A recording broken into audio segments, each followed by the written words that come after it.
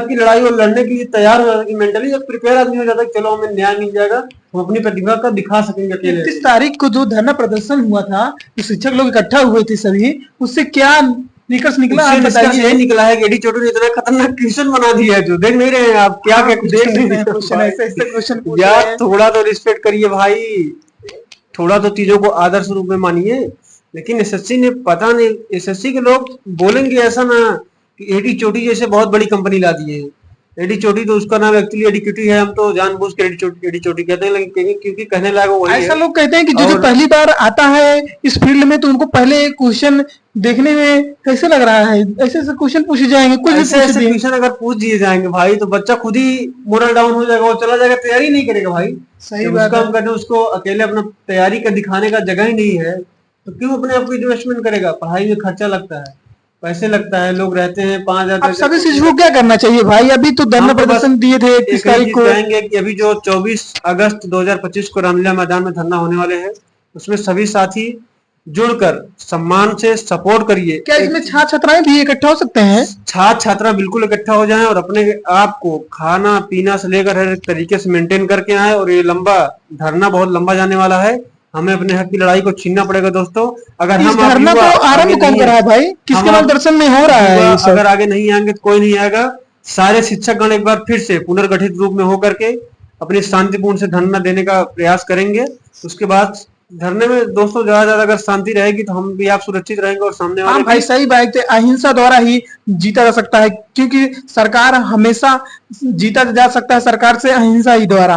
आप भगत सिंह, रामलीला राजगुरु, मैदान पे सुभाष चंद्र बोस, चंद्रशेखर आजाद जी अगर हमारे देश को, ये भले अंग्रेज इनको विद्रोही करे, देशद्रोही करे, कुछ भी करे, लेकिन हमारे देश असली क्रांतिकारी, असली युवा शक्ति इन्हीं में था। इन लोगों ने अपनी जान की परवाह न करते हुए अपनी हक की लड़ाई जीते जी लड़ा है भाई। अपने देश के असली जो है, असली असली लड़ाई, असली क्रांतिकारी यही है।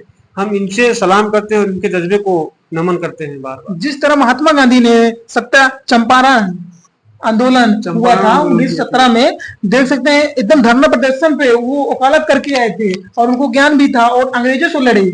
उसी तरह हम सब बताइए शिक्षक लोग तब के इकट्ठा होकर जमाने सरकार में से लड़ते हैं, देखते हैं मिलती तब है न्याय कि नहीं मिलती है। जरूर न्याय मिलेगा सचिन भाई, अगर हम लोग सारे लोग एकजुट हो जाएंगे तो क्यों नहीं हमें न्याय मिलेगा। सरकार को हमने बनाया है, नेतागण को हम लोगों ने बनाया है अपने सही लोगों के बात लिए। है। लोगों के लिए, लोगों के द्वारा चुना गया प्रतिनिधि होता है नेता। और कोई भी सरकार हो, कोई भी पक्ष विपक्ष पार्टियां हो, अलग बात है। लेकिन हम लोगों ने अगर अपने लिए किसी को बनाया है, ना अपने ऊपर, ना कि अपनी देख रेख के लिए, ना कि अपने ऊपर लाठीचार्ज करने के लिए या लाठीचार्ज करवाने के लिए। लेकिन कुछ लोग देखते हैं कि दबाव में आकर शिक्षकों पर या फिर बच्चों पर दरिंदगी दिखाते हैं, लाठीचार्ज कर देते हैं।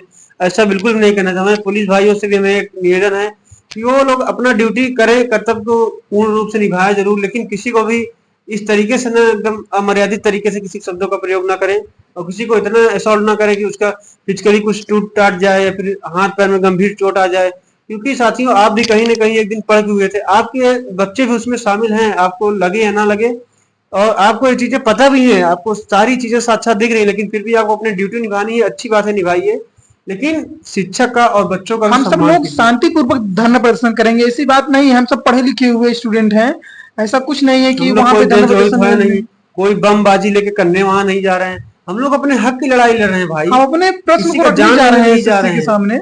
अब आप खुला साक्षात प्रमाण देख लीजिएगा, ऐसे ऐसे क्वेश्चन देगा तो बच्चा क्या अटेंड करेगा और क्या लेगा क्या नहीं करेगा।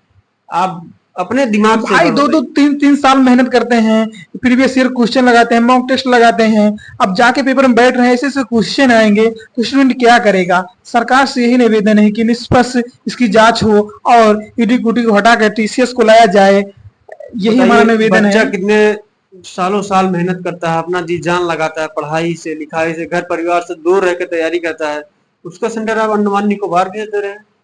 ये कहाँ का न्याय है, आप एक बार अपने दिमाग से बताइए।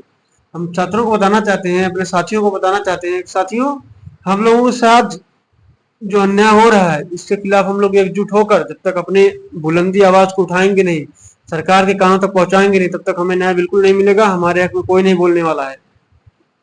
हमारे समझ में ये नहीं आ रहा है कि जो एसएससी सिलेक्शन पोस्ट 13 का रद्द हुआ था पेपर, उसमें से 59,000 लोगों का पेपर कर रहा है।